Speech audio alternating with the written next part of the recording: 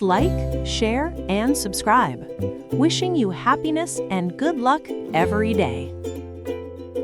You ever look at someone who's super successful and wonder, what's their secret? Well, it might not be what you think. Today, we're going to crack open a real classic, David J. Schwartz's The Magic of Thinking Big. And let me tell you, this book has a pretty bold promise. You can unlock your potential just by changing one little thing, the size of your thoughts. You know, what I absolutely love about this book is that it's not just about making more money or, climbing the corporate ladder. The dedication page tells you everything. Schwartz dedicates it to his son, who was just 6 years old at the time. When he asked his son what he wanted to be, the kid said, a professor of happiness. How great is that? And really, that's the whole point, right? To use these ideas to build a life that's not just successful, but genuinely happy. Okay, so this right here, this is the core idea of the entire book. It's so simple, but so powerful. Basically, the size of your success is determined by the size of your thinking. Think about that.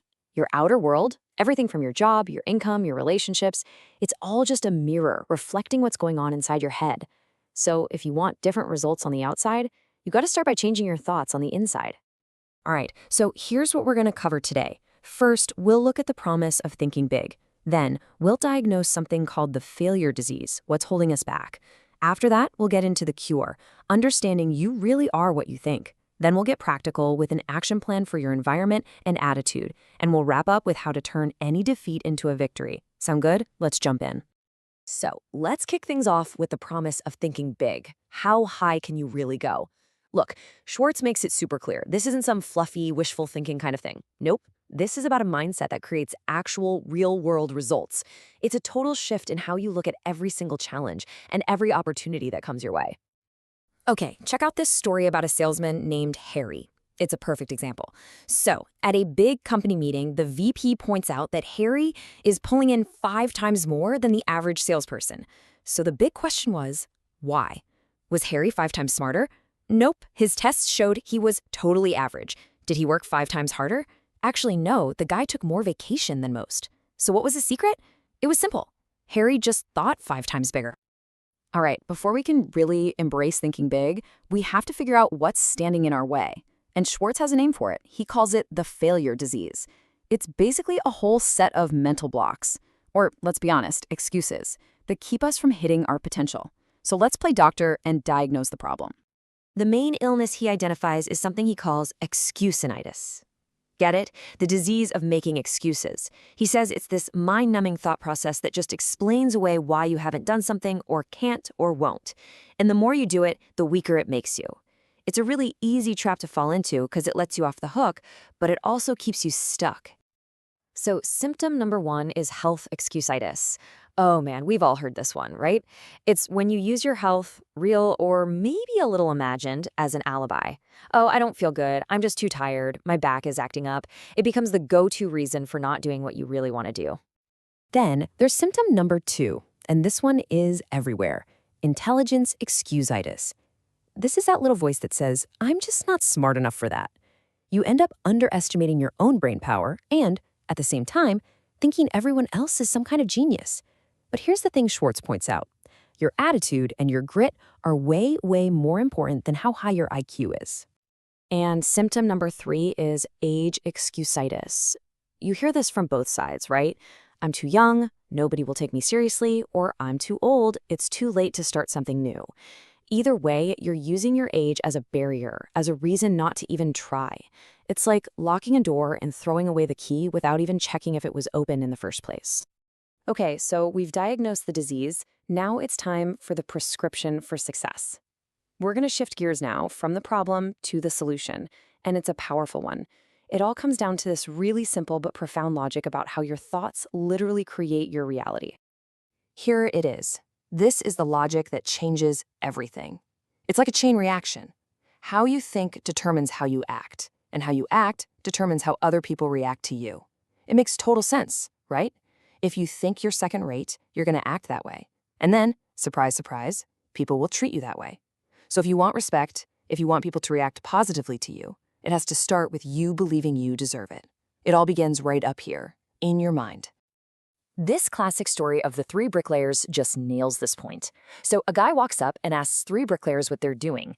The first one grunts, I'm laying bricks. The second one says, I'm making a wage. But the third one, he looks up with a little gleam in his eye and says, I'm building the world's greatest cathedral. Now, who do you think was more motivated?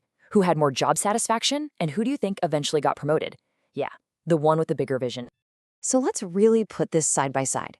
The small thinker, they see a limited future. They're focused on security, on just getting by. They're basically just competing with the average person. But the big thinker, they see a huge, promising future. They believe in growth and expansion. And they're not competing with the average. They're competing with the best. It's the exact same world, but they're seeing it through a completely different lens. So how do you actually build this big thinker identity? Schwartz gives this amazing tool. He says to create your own personal sell yourself to yourself commercial. Seriously, instead of beating yourself up over your flaws, you take a few minutes every day to actively praise yourself, to remind yourself of all your good qualities. And look, this isn't about being arrogant. It's about building that deep, genuine self-respect that you absolutely need to think big. Okay, now we're getting to the really practical stuff, the treatment plan. Because knowing all this is one thing, but actually doing it is what makes all the difference. Think of this next part as your personal toolkit for making thinking big a real everyday habit. All right, fear is the #1 enemy of thinking big. So how do you destroy it? The book gives us a 5-step plan. Step 1, and this is huge, action cures fear. The longer you wait, the bigger the fear gets. Just do it. 2, manage your memory. Make it a point to remember your wins and let go of your losses. 3, stop being afraid of other people. They're just people. 4, do what's right. A clear conscience is a powerful confidence builder. And 5, act confident. Even if you have to fake it till you make it, your actions will change your feelings. You also have to manage your environment because it has a huge impact on you. I love this phrase he uses, go first class. This means you have to stop small people from holding you back. You know, the complainers, the gossips. You need to get plenty of psychological sunshine by being around positive, successful people and throw all that thought poison out of your life. Going first class isn't about being a big spender. It's an attitude. It's about believing you deserve the best, and that reinforces the idea that you are the best. And check this out. It pays to make little people feel like big people. There's this great story in the book about this super grumpy bus driver. He would never wait for anyone who was running late, except for this one guy. Why? Because every single morning, that one passenger would get on and give him a big, sincere, "Good morning, sir," and just make him feel important. The lesson is so powerful. When you make other people feel big, it makes you bigger too. This all feeds into the idea of thinking right toward people. If you want people on your side, you gotta make yourself lighter to lift. Be someone who's easy and pleasant to work with. Don't wait for others, you take the first step in building friendships. And this is a big one. Practice conversation generosity. That means encouraging other people to talk about themselves. Seriously, the most successful person in the room is often the one who's doing the most listening. And that brings us to our last and maybe the most important section, turning defeat into victory. Look, anyone can be positive when things are going great. The true test of a big thinker is what happens when you get knocked down. How do you handle failure? This is such a powerful story. The actor Lionel Barrymore broke his hip back in 1936, and it was a career-ending injury. He was stuck in a wheelchair. Now, for most people, that would have been it. Game over. But not for him. He completely refused to see it as a defeat. Instead, he used the wheelchair to create this whole new niche for himself as an actor, and it led to some of his greatest roles ever. He literally turned a disaster into a triumph. So the big takeaway here is that we can absolutely turn our setbacks into victories. There's really no such thing as a total failure unless you give up. Every single setback has a lesson hidden inside it. Your job is to find that lesson, apply it, and then be able to look back on that defeat and smile. Because you learned something. You grew. In the end, defeat is just a state of mind. So, I want to leave you with this final, really provocative question from the book. Schwartz points out that for most of us, our productive lives go on for a lot longer than we think. You might feel like you're well on your way, but in reality, you probably haven't even reached the halfway mark of your productive life. Think about that. So the real question isn't about what you've already done. It's about all those years you have left. How are you going to use them? How will you use the magic of thinking big to write the rest of your story? All right, let's jump right into a really powerful idea from the magic of thinking big. It comes from the very first chapter, and it's less of an idea and more of a promise. It's this simple but kind of profound statement that success, it isn't really about magic or luck. Nope. It's about one core thing, a genuine, deep down belief. The core idea is this: if you truly, truly believe you can succeed, you will. So let's dig in and figure out how this principle actually works. Okay, so to really get our heads around this, we've got a roadmap. First up, we're going to figure out what the book even means by success. What's the goal here? Then we'll draw a super important line between real belief and just wishful thinking. After that, we'll look at some amazing real-world stories, and I'll introduce you to a cool mental model, your 2 internal foremen. And to wrap it all up, we'll get practical with a 3-step guide to build this belief for yourself. Sound good? Let's get started. All right, section 1, the goal of life. I mean, what are we all really striving for? Let's be honest, at our core, every single one of us wants to succeed, right? Nobody wakes up in the morning thinking, you know what, I'd love to be mediocre today. No way. We all want to feel first class. It's just a fundamental human thing. We all want the best that life can offer. But what does that best even look like? And check this out. This takes us right to the source material. This is literally the opening page of the chapter we're talking about, and the title just lays it all out there. Believe you can succeed, and you will. The author makes it super clear that this isn't just some fluffy, feel-good phrase. No, this is supposed to be a practical, honest-to-goodness piece of wisdom for building success. So, according to the book, success is this whole collection of awesome, positive things. And it's not just about money, not at all. It's about personal prosperity, having a nice home, being able to travel, feeling secure. It's about winning the admiration of others and becoming a leader. It's about that incredible feeling of freedom from worries, fears, and that constant dread of failure. And this is a big one. It's about self-respect, real happiness, and being able to do more for the people you care about. When you boil it all down, success is just winning. Okay, but to get that kind of success, we have to nail down what might be the most important distinction in the whole book, and that's the difference between real belief and just wishful thinking. One is basically a daydream, right? The other, well, that's the engine that actually powers achievement. And this breaks it down perfectly. So on one side, you've got wishful thinking. It's totally passive. It's like looking at a mountain and just saying, hey, mountain, please move, and just hoping for the best. It's wanting the big promotion or the dream house without doing the work. And guess what? It has zero real power.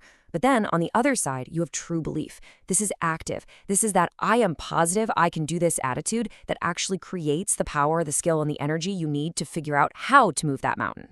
And man, this quote from the book just hits the nail on the head. When you believe I can do it, the how to do it develops. That's the secret sauce right there. Belief isn't some kind of magic wand. It's a trigger. It's what forces your brain to start searching for the how-to. See, the path forward doesn't just magically appear for someone who's just wishing. It reveals itself to the person who genuinely believes they can walk it. Okay, so this all sounds great in theory, right? But the big question is, does it actually work in the real world? Well, that's what this next section is all about, the proof.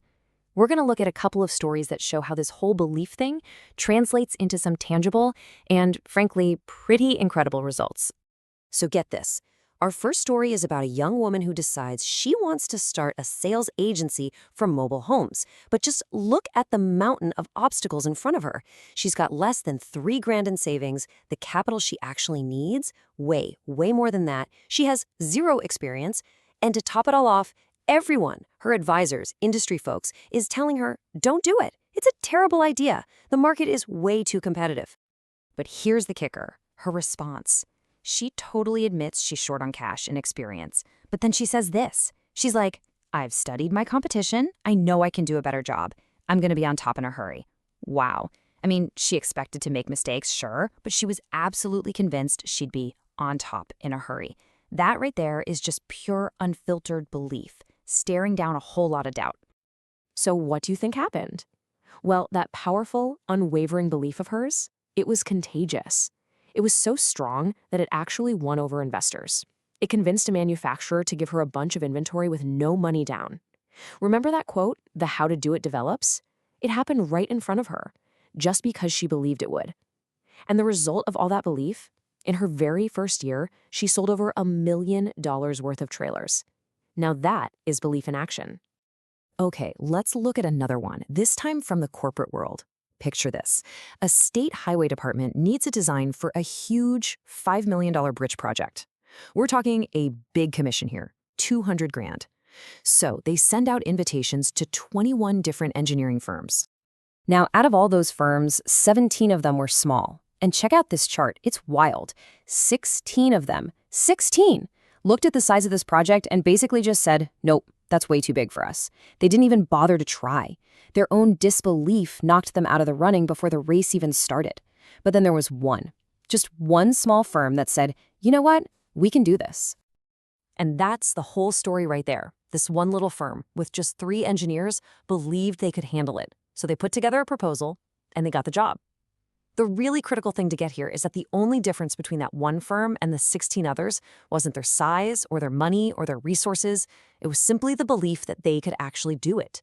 Belief is what triggers the power to do.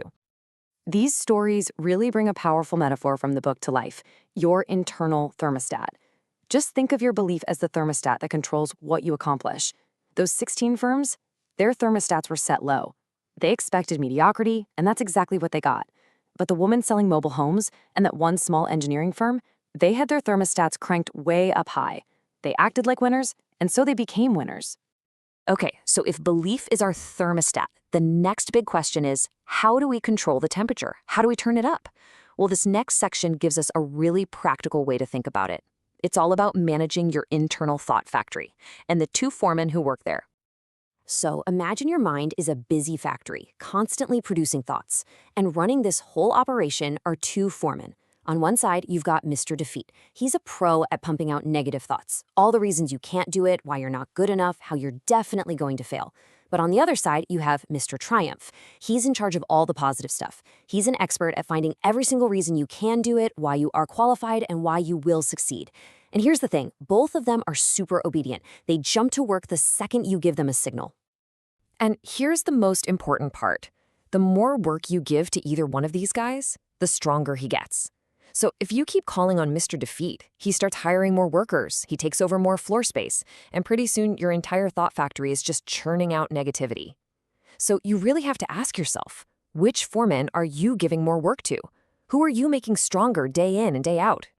The book's advice on this is, well, brutally simple and direct. Mr. Defeat is not going to help you get anywhere you want to go. He's the guy keeping your thermostat set on low. He's that voice in your head saying, it's too big for us. So what do? The only wise move is to fire him. Just boot him out the door. Let Mr. Triumph run the whole factory 100% of the time. And that leads us perfectly into our final section, which is all about the how. How do we actually do this? How do we fire Mr. Defeat, pump up Mr. Triumph, and turn that thermostat up for good? The book gives us a super clear 3-step guide to developing the power of belief. All right, here are the 3 steps. Step 1, think success, don't think failure. This is basically how you give your work orders directly to Mr. Triumph. So when you're up against something tough, you have to consciously swap out failure thoughts for success thoughts. Instead of thinking, I'll probably lose, you force yourself to think, I'm going to win. Step 2, you've got to regularly remind yourself that you are better than you think you are. Seriously, successful people aren't superhuman. They're just ordinary people who've developed a strong belief in themselves. So stop selling yourself short. And finally, step 3, believe big. This is how you crank that thermostat all the way up. The size of your success is literally determined by the size of your belief. If you think small goals, you get small results. You think big goals, you get big success. It's that simple. And really, this quote just sums up everything we've talked about perfectly. Believe in yourself and good things do start happening. It's like the ultimate positive feedback loop.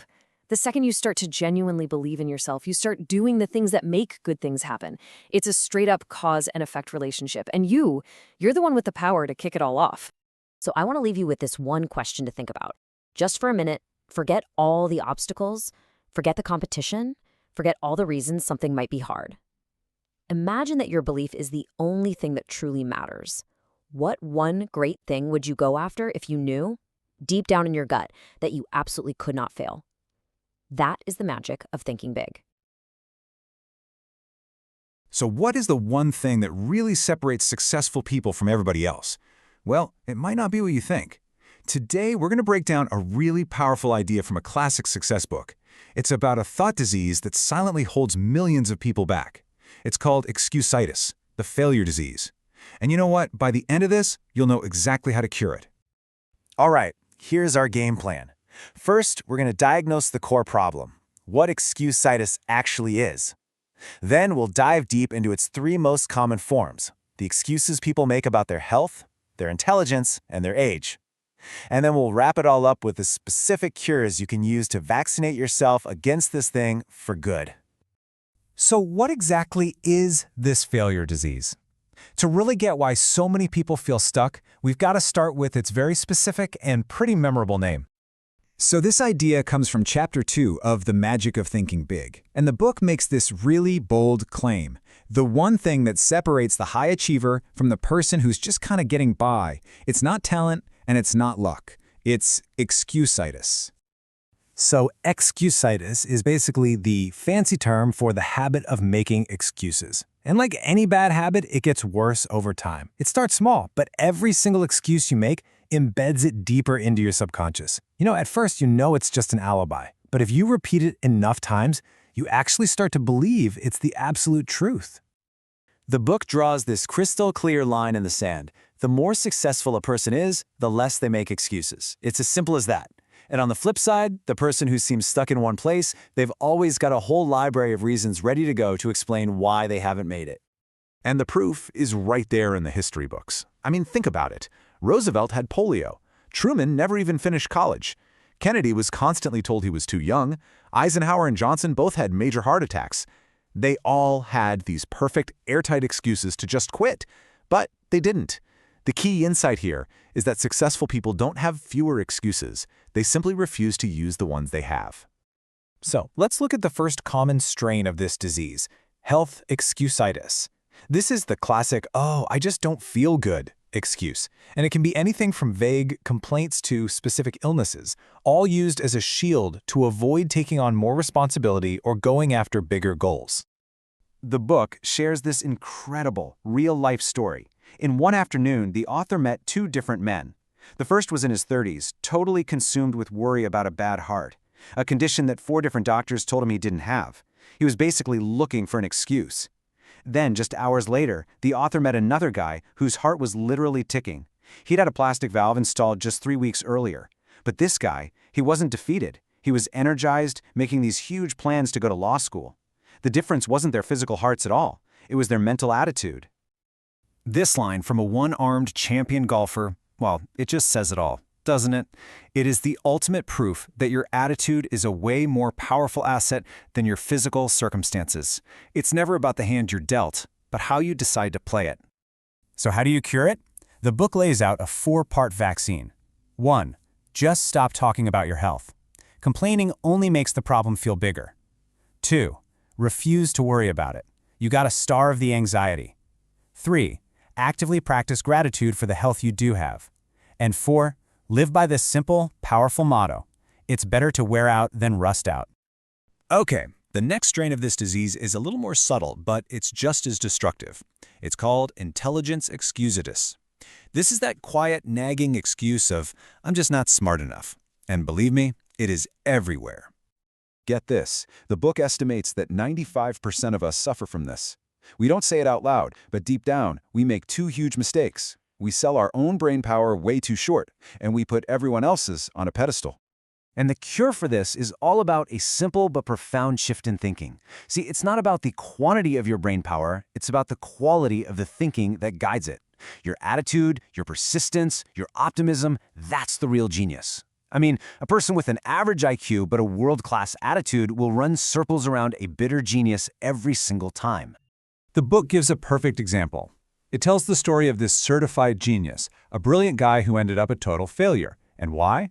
Because his negative attitude just poisoned everything. He was afraid to take risks, afraid to connect with people. And then there's Phil. No college degree, not what you'd call a brain, but he was a master human engineer. His positive, enthusiastic attitude was so infectious that he became a top director. He wasn't paid for his intelligence, he was paid for his ability to mobilize the intelligence of others. We've all heard that phrase, knowledge is power, right?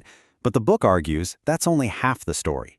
Knowledge is just potential power. It's totally useless until you apply it.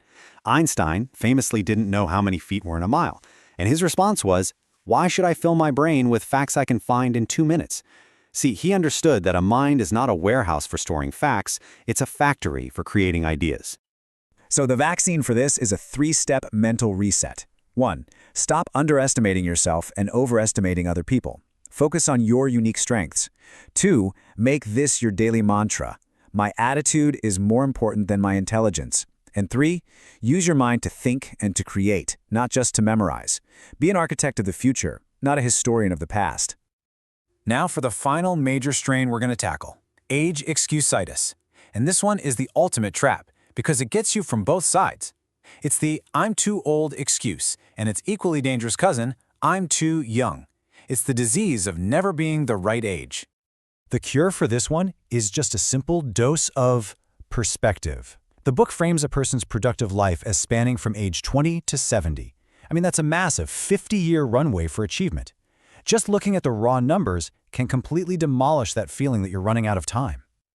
Take the case of Cecil, a 40-year-old trainee from the book. He was convinced he was too old to start over, but then he did the math. At 40, he'd only used 20 of his 50 productive years. He still had 60% of his career ahead of him, and in that single moment, his entire mindset just flipped from "I'm old" to "I'm still young," and his future opened wide. So, after diagnosing the disease and its main symptoms, what's the universal cure? What's the final vaccine that works against every single strain of this failure mindset? This right here is the core truth that ties everything together. A successful life isn't a life without excuses. Come on, everyone has a list of reasons they could fail. Success is simply the conscious choice not to read from that list. This quote from the book might just be the most powerful mantra for fighting excusitis. It's better to wear out than rust out. Life is meant to be lived, not preserved. The alternative is letting your potential just decay while you overthink yourself into a corner. It's a call to action, plain and simple. So in the end, it all just boils down to a single choice. You can be the excuse maker, collecting all the reasons why you can't until you're completely buried under them, or you can be the success thinker, the one who vaccinates themselves against excuses and searches relentlessly for the one reason why they can. And that brings us to the final question. Look, the point isn't whether you have excuses. Of course you do. We all do. The real question is, can you see them for what they are? Just simple alibis. And can you make the choice to inoculate yourself against them? So take a second right now and ask yourself, which excuse are you ready to cure today? Fear. Let's be honest, it's the #1 enemy of success. It can absolutely paralyze us, shrink our world, and make us miss out on huge opportunities that are staring us right in the face. But what if I told you there was a specific, proven toolkit to not just manage fear, but to systematically destroy it and replace it with real, unshakable confidence? Well, there is. In this explainer, we're going to dive deep into the classic book, The Magic of Thinking Big, to unpack that exact toolkit for you. So here's our game plan. We're going to tackle this in 5 key parts. First, we have to really understand the enemy we're up against, fear itself. Then we'll get straight to the single most powerful cure for it, a tool you can literally start using today. After that, we're going internal, learning how to manage our own memory bank to build confidence from the inside out. Then we'll take those tools and use them to conquer one of the biggest fears out there, the fear of other people. And finally, we're going to tie it all together with one powerful psychological principle that makes the whole thing work. All right, section 1. First things first. Before you can fight any battle, you have to know your enemy. And the very first step in building confidence isn't some secret trick. It's just acknowledging that fear is a real, tangible force, you know? We have to stop pretending it doesn't exist and just face it head on. I mean, we've all heard this, right? Some well-meaning friend sees you're worried and they say, "Oh, it's all in your head." And look, it comes from a good place, for sure. But the book is crystal clear that this advice, well, it just doesn't land. The book's answer is a huge, resounding no. That whole "it's only in your mind" approach might make you feel better for a second, but it fails because it's based on a false idea. It suggests the fear isn't real, but it is. The feeling is real, and its consequences on our jobs, our health, our happiness, man, those are even more real. The book calls fear a psychological infection, and that is such a powerful way to think about it. It's not just some fleeting emotion. It's a condition that can fester and cause real-world damage. And just like any other infection, you can't just wish it away. It needs a specific, proven treatment. And this brings us to the good news, the most crucial point, really. Confidence isn't some magical trait that some people are just born with. It is a skill. Every single confident person you've ever met learned to be that way. They developed it. And that means you can too. This is the foundation we're going to build everything else on. Okay, so we've identified the enemy. Now let's talk about the single most effective weapon against it. This isn't about some vague positive thinking or just crossing your fingers and hoping for the best. This is a simple, powerful, and totally practical principle you can apply the second this is over. This is it. This is the core of the entire strategy. If you take only one thing away today, let it be this. Hesitation, putting things off, indecision, those are like fertilizer for fear. The more you wait, the bigger and scarier the fear gets. The antidote, the only real cure, is action. Let's see this play out in the real world. The book tells this great story about an executive whose department sales were just plummeting. He was totally paralyzed by fear, completely convinced he was about to get fired. The key thing here is he was hoping for the best, but he was doing absolutely nothing. He was just showing up, going through the motions, trapped in this awful cycle of worry. So instead of just letting him sit there and worry, his mentor gave him a two-part action plan. First, direct action. Get to work and figure out why sales are down. Talk to people, run a sale, do something. Second, an insurance policy. He told him to quietly let a few contacts know he might be open to new opportunities. Now, this wasn't about quitting. It was about taking control of the worst-case scenario, which immediately takes away its power. And the result just perfectly illustrates the principle. The second he started taking action, everything shifted. His fear just evaporated, and it was replaced by confidence and a sense of purpose. His sales shot up. And the beautiful irony? That insurance policy he put in place worked so well, he got 2 new job offers, which by then he was in a powerful enough position to happily say no thanks to.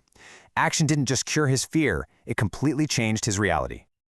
Okay, so taking action is the first massive step, but the war against fear is also fought on an internal battlefield.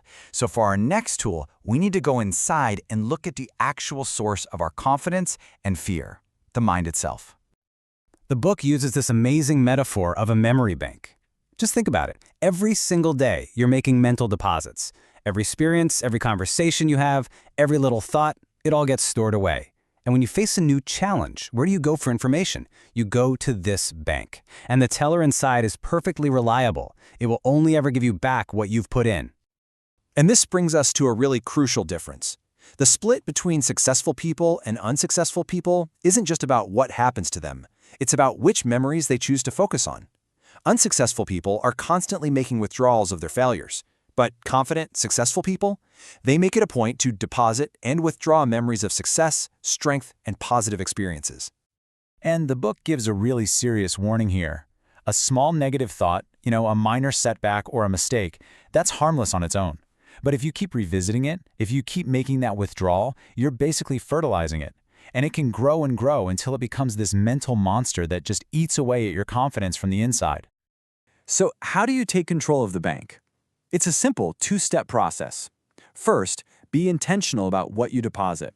When you're driving or in the shower, or especially right before you fall asleep, actively think about good things, victories, things you're grateful for. Second, be selective with your withdrawals. When a problem comes up, consciously refuse to think about past failures. Instead, force yourself to recall a time you handled something similar and succeeded. All right, let's take these tools, action and managing our memory bank, and apply them to one of the most common fears on the planet, the fear of other people. You can call it shyness, self-consciousness, feeling intimidated. It's all the same thing, really. This quote is from a business owner who used to be painfully shy. His big turning point came when he was in the Army as a medic, examining hundreds of new recruits every day. Stripped of their fancy titles and nice clothes, he saw that everyone, from executives to farmers, was fundamentally the same. They were all a little confused, a little lonely, and just human. He realized the other person is just like him, and that simple realization just dissolved his fear. So the book gives us 2 really powerful ways to put other people in the right perspective. First, get a balanced view. Yeah, the other person is important, but guess what? You are important too. You have to see every interaction as a meeting between 2 equals. And second, develop an understanding attitude. You have to realize that when someone is being aggressive or acting like a bully, it's almost never actually about you. They're probably just dealing with their own stuff. You can simply choose not to let it affect you. And this chart just lays it all out so perfectly. It's the practical guide that brings us right back to our main principle. Action cures fear. Worried about how you look? Don't just worry. Take action. Get a haircut. Shine your shoes. Afraid of failing an exam? Convert that worry time into study time. Worried about what people will think? Make sure the plan is solid and then just go do it. For every single fear, there is a corresponding action that serves as the cure. Finally, let's bring this all home with the master principle. This is the psychological lever that makes everything else we've talked about even more powerful. It's a way you can literally generate confidence on demand, starting right now. This is such a profound psychological truth. Think about it. You can't just flip a switch and decide to feel confident. Our emotions don't really work like that. But our emotions, our physical actions, we have 100% control over those. And the key is, the actions come before the emotion. They actually create the feeling. And this leads to an amazing, life-changing conclusion. If you want to feel confident, you have to act confident first. The feeling will follow the action. So, practice this. Walk 25% faster. Make real eye contact. Speak up in meetings, even if your voice shakes a little. Sit in the front row. These small, physical motions send a powerful signal to your brain that says, hey, I'm confident. And believe me, your brain will listen. So we've covered a ton of ground, right? From acknowledging fear as a real enemy, to the incredible power of action, to managing your memory bank and putting people in the right perspective. But it all comes back to this one idea. Thinking about being confident is a great start, but it's not enough. So as we close this out, the only question that really matters is the one you see on your screen. Because the magic cure for fear isn't found in a thought, it's found in doing something. So today, we're going to dive into one single, really powerful idea, that the size of your success is pretty much determined by the size of your thinking. We're going to break down why so many of us get trapped in small thinking, and more importantly, we'll lay out a practical toolkit for how you can break free. You know, it all starts with this really startling observation. A corporate recruiter, someone who interviews top graduates from the best colleges, noticed something strange. What did she find? Well, instead of this burning ambition for big projects, she found an overwhelming focus on security. We're talking about the brightest minds asking about retirement plans before their careers have even really started. And that really leads us to the core question here. In a world that's just brimming with opportunity, why do so many of us, even people with incredible potential, get caught in a mindset that just limits our future before it even begins? To answer that, we first have to really understand the nature of this trap. I mean, it's subtle, it's everywhere, and it's built on a single core human weakness. And that weakness, it's self-deprecation. At its heart, it's the simple habit of selling yourself short. It's that little voice inside that tells you, you're not good enough, not smart enough, or that you're just not worthy of the big opportunities. And let's be clear, this is not humility. This is a self-imposed ceiling on your own potential. And listen, this isn't some abstract theory. This happens in the real world every single day. It's seeing that perfect job ad, but never actually clicking apply. It's wanting to ask someone out, but never making the call. It's putting down a modest salary expectation because deep down, you just don't feel like you're worth more. Every single one of these is a door to a bigger life that just stays shut because of self-deprecation. So the really crucial takeaway here is this.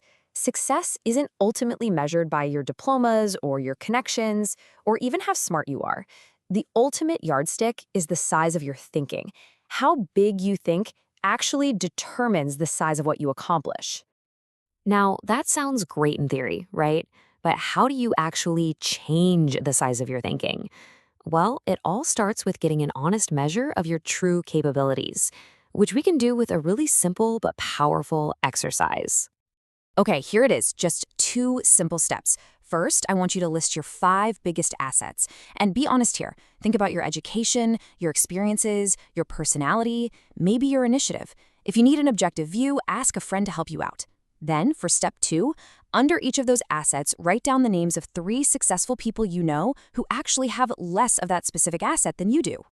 When you actually do this exercise, the conclusion is just unavoidable. You're going to find that you outrank a lot of successful people on several key assets. And this reveals the core message. You are bigger than you think you are. The goal then is to make your thinking fit your true size and not the other way around.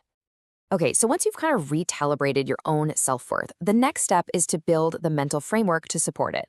And that begins with the words you use every single day. Let's take a look at the big thinker's vocabulary.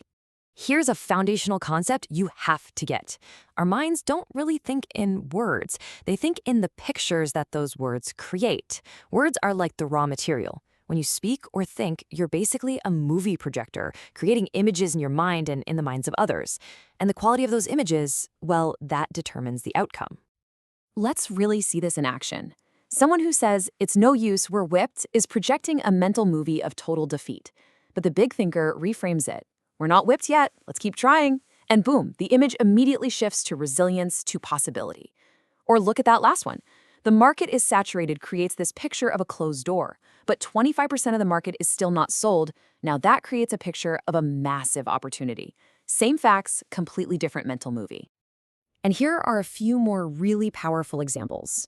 An expense feels like money gone forever, right? But an investment is money that's going to come back with a profit. A problem feels like a roadblock, but a challenge, well, that's an exciting contest you can win. The phrase, "it won't work," just conjures up images of gloom and failure. But the simple declaration, "it will work," instantly projects hope and victory. The words you choose literally build your reality. So beyond just words, big thinking is really about developing a specific kind of vision. It's the ability to look past what's right in front of you and see the hidden potential inside everything. It's about seeing what can be, not just what is. So think about a super successful realtor who specializes in rural property. He doesn't just sell a rundown farm as is. No, instead, he studies it. He creates detailed plans for its future. He sells the vision of a bustling riding stable or a profitable tree farm or maybe a modern poultry operation. And here's the key takeaway from that. People don't just buy acreage. They're buying an idea. They will pay more for a vision. The moral is so simple but profound. Look at things not as they are, but as they can be. Visualization adds real, tangible value to everything. A piece of land, a project, even a person. And this principle applies directly to people, too. There's a story about a department store executive who overheard a salesperson complaining about a customer, just dismissing him and saying, "He's simply not worth it." The salesperson was only focused on that one immediate small transaction. So from the salesperson's point of view, this was the customer's value. A single, frustrating sale of $1.98. I mean, that is the definition of a small view focused entirely on what is. But the executive, he saw the bigger picture. He had his research director go and calculate the value of the average customer on an annual basis. And the number that came back was this, $362. So that salesperson wasn't looking at a $2 problem. He was letting a $362 opportunity walk right out the door. Seeing the potential changes absolutely everything. So, the big question is, how do we make this a habit? How do we actually train ourselves to think big and see potential every single day? Well, it comes down to a daily practice of adding value. The best example of this is a story of a guy named Harry. He was hired as an accountant for a printing company at 26, and just a few years later, he was made president. So why? Because Harry was interested in the whole company, not just his little accounting department. He developed a benefit program to reduce employee turnover. He created a cost study for the production team. He even went to the sales manager during a slump and asked, "How can I help?" He was constantly adding value, everywhere. And we can all learn from Harry by turning this into a daily exercise. First, practice adding value to things. Just look at your house or a project you're working on and ask, how can I add value here? Second, add value to people. Ask yourself, how can I help my team become more effective? And finally, add value to yourself. Ask yourself every single day, what can I do to make myself more valuable today? You know, when it's all said and done, it all comes down to this one simple truth. The value the world assigns to you, the opportunities you get, the success you achieve, it all starts with the value you first assign to yourself. The price tag you're wearing is one you've written. So, I'll leave you with this to think about. I want you to look honestly at your actions, your vocabulary, and your vision for the future. What price tag are you putting on yourself? And is it maybe time to write a new one? Have you ever caught yourself saying, "Oh, I'm just not a creative person"? Well, in this explainer, we're going to absolutely tear that myth down using the brilliant insights from the classic book, The Magic of Thinking Big. We're going to walk through the practical steps to unlock your own creative power and prove that it's not about being some kind of genius. It's really all about changing your mindset starting right now. All right, here's our game plan. First, we're going to completely redefine what creativity even is. Then, we'll get into the power of belief. That's the fuel for everything. From there, we'll learn how to defeat those mental blocks that hold us back, figure out how to actually do more, and find the best raw material for our ideas.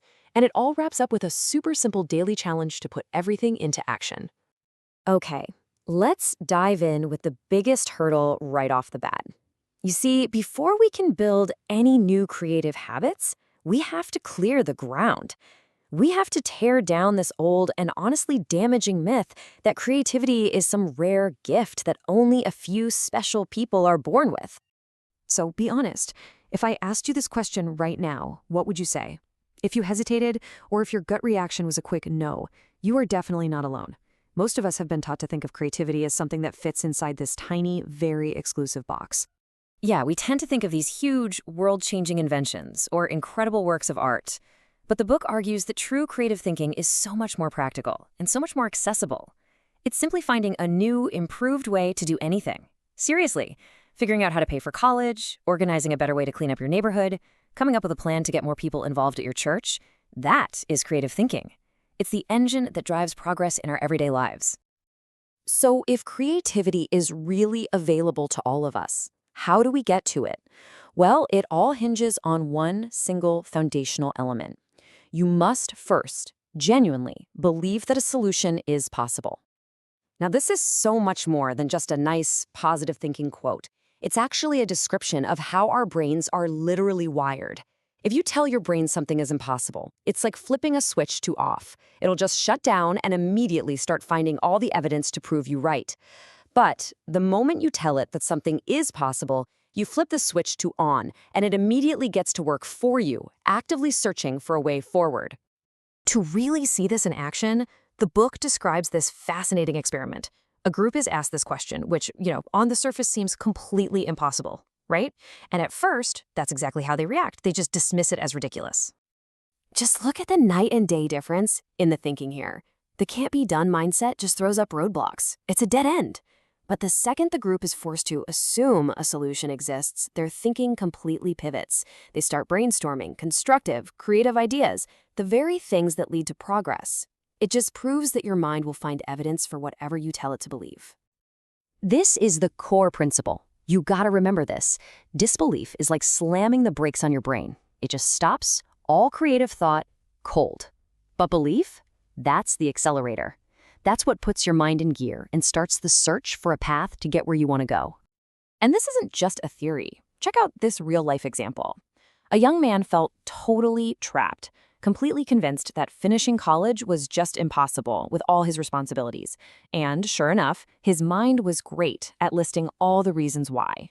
But the second he shifted his belief from "it's impossible" to "I must find a way," his brain got to work and found the solutions, scholarships, new schedules that were basically hiding in plain sight the whole time.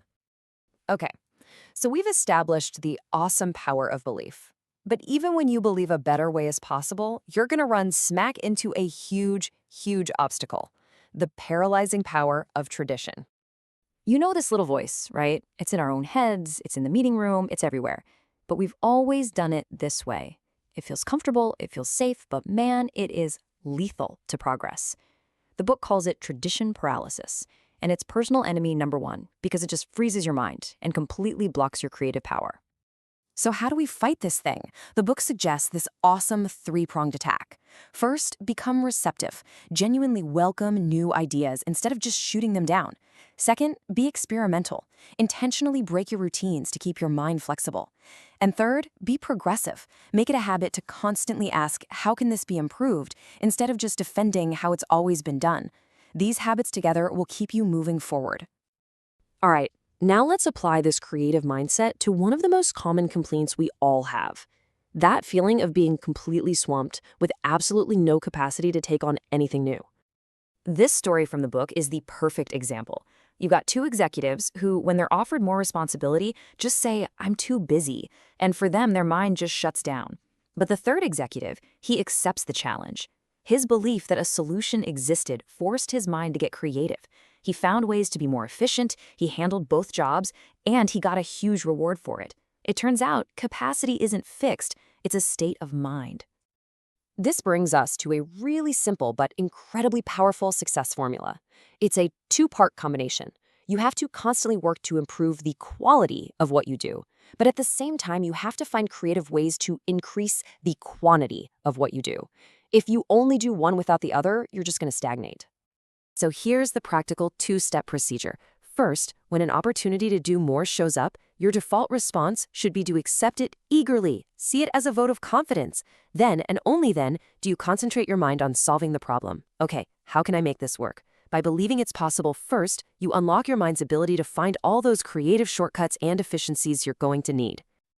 Of course, to have all these great ideas, your mind needs fuel. It needs high-quality raw material. And that material, well, it doesn't come from talking. It comes from listening. This is a really fascinating insight from the author. The most successful people, they don't monopolize the talking.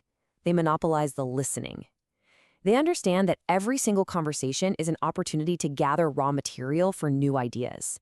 They ask way more questions and spend way less time giving their own opinions because they know that's how you learn. And you can train yourself to be a better listener with this simple 3-stage approach. First, actively encourage other people to talk by asking good questions. Second, treat your own ideas like they're hypotheses you need to test. Ask, "What do you think of this?" instead of just declaring it as a fact. And finally, you have to fully concentrate. Listening isn't just waiting for your turn to talk, it's actively absorbing information. That's how you gather what the book calls mind food. Finally, let's pull all of these amazing ideas together into one simple but incredibly powerful exercise that you can start doing today. That old General Electric slogan is the perfect personal philosophy. Successful people know that perfection is impossible, but improvement is always possible. They're constantly looking for a better way. They make progress itself their main goal. So here's your big, practical takeaway. A simple 10-minute exercise every day. Before you really start your day, just sit with questions like these. This simple act of asking, "How can I do better?" switches on your creative machinery. You're giving your problem-solving mind a target, and it will go to work and start generating answers that will lead you to amazing success. So let's end with this one thought. We all have goals. We all have projects that we've mentally filed away under the label impossible. After everything we've talked about, I want you to think about one of yours. What happens if you just take off that impossible label? What will you decide is possible, starting today? All right, let's jump right in. Today, we're tackling a huge idea, one that's at the very heart of success and how you see yourself. It's a simple little phrase, but wow, does it pack a punch. You are what you think you are. So, have you ever noticed this? You're in a store and one customer gets this immediate, "Yes, sir, how can I help you?" While the next person, well, they get completely ignored. Or at work, one manager gives an order and everyone jumps to it, but another manager gets a half-hearted effort. Some people just walk into a room and command respect, right? While others kind of get overlooked, they get that generic, "Hey Mac" treatment. What's the deal with that? You know, you might think it's about money or titles or maybe just dumb luck. But the source material we're digging into today says no, it's not that complicated. In fact, the entire explanation for this massive difference in how people are treated, it all boils down to just one single word. That's it, thinking. The difference maker is what's going on inside a person's head. This is the big idea we're going to unpack. It's not about what you are on paper, it's about what you believe you are that sends signals to the rest of the world and tells them exactly how to treat you. I mean, just let that sink in for a second. Thinking makes it so. It's such a bold statement. The person who thinks they're second-rate, no matter how qualified they are, they just act that way. And that's what people see. On the flip side, the person who genuinely believes they are important, that they're up to the challenge, well, they become that person. Others see in us what we see in ourselves. And here's the logic broken down. It's a super simple two-step process. First, your inner thoughts control your outer actions. If you feel small, you act small. You hunch your shoulders, you speak quietly, you avoid eye contact. And second, how you act is pretty much the only data other people have to go on. So of course, that's what determines how they react to you. It's a chain reaction. And the most important part? It all starts with you. If you want to change the reaction, you've got to go back and change the thought. Okay, so this is all great in theory, but how do you actually do it? Well, let's start with our first pillar. It's all about using your outside to influence your inside. The idea here is that your appearance is constantly talking. The question is, what is it saying about you? I love this little story. The author's son, Davy, just couldn't get into character as the Lone Ranger without the hat. The second he put that hat on, boom, he was the Lone Ranger. It's a kid's game, sure, but it points to a really deep truth about us adults, too. Our clothes are like a uniform. They help us feel the part. You put on a sharp suit, you stand a little taller, right? You feel more like an executive. And here it is in the real world. This salesman, he got it. He knew that to project success and close those big deals, he had to feel successful first. And for him, that feeling was totally locked up in how he looked. His appearance wasn't just for his clients, it was for him. It was the fuel for his own successful mindset. Think about this for a second. The grapes are exactly the same. The only difference is the packaging. The ones in the nice plastic bags just looked better, more valuable, more appealing. And what happened? They sold twice as many, even though they were technically more expensive. The lesson here is huge. Better packaging leads to better acceptance. And your appearance, well, that's your personal packaging. So what's the practical advice here? It's a simple rule of thumb. Pay twice as much, but buy half as many. Now, this isn't about breaking the bank. It's about investing in yourself. Quality stuff lasts longer, it doesn't go out of style as quickly, and you even get treated better by the salespeople. It's a total win-win that gives your self-respect a little boost every single time you get dressed. Okay, so we've covered the outside. Let's move on to the next critical piece of the puzzle. It's not just how you look, it's how you think about what you do. Seriously, your attitude about your job says almost everything about your potential for success. This old story just hits the nail on the head. You've got three guys, all doing the exact same physical task, but in their minds, they are worlds apart. The first guy, he just sees the task. I'm laying bricks. The second guy sees the paycheck. I'm making $9 an hour. But that third guy, man, he sees the vision. He has job respect.